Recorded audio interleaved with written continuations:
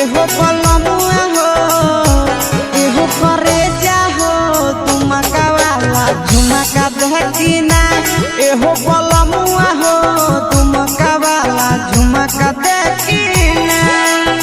कहिए से कहई दी हो दिल तरसा एहो पलमुआ हो एहो करेजा हो तुमका वाला झुमका देह मांगा एहो सजनवा हो तुमका वाला झुमका दे मांगा झुमका देखिना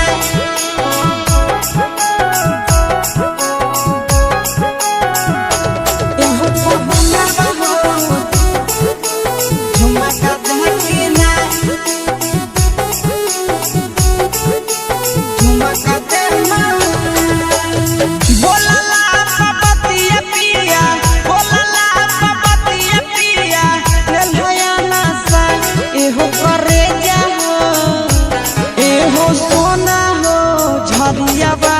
सड़िया देह मांगा एहो पलमुआ हो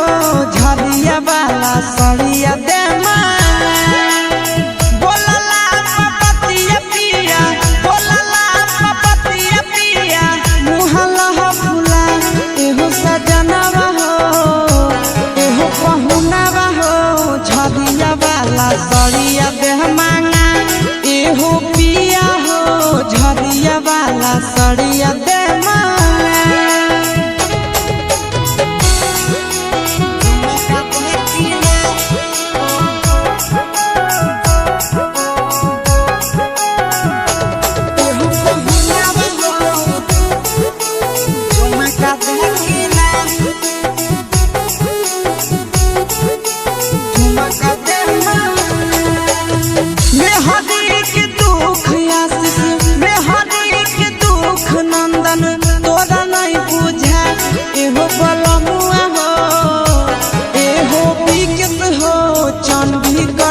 चलिया दे मांगा एहो राजा हो बलिया वाला बाली दे मांगा मेहदी के दुख सुभस मेहदी के दुख नंदन तोरा नहीं पूछा एहो सचिन हो एहो राजा हो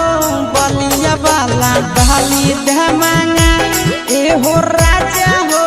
चंडीगढ़ के चलिया दे मांगा।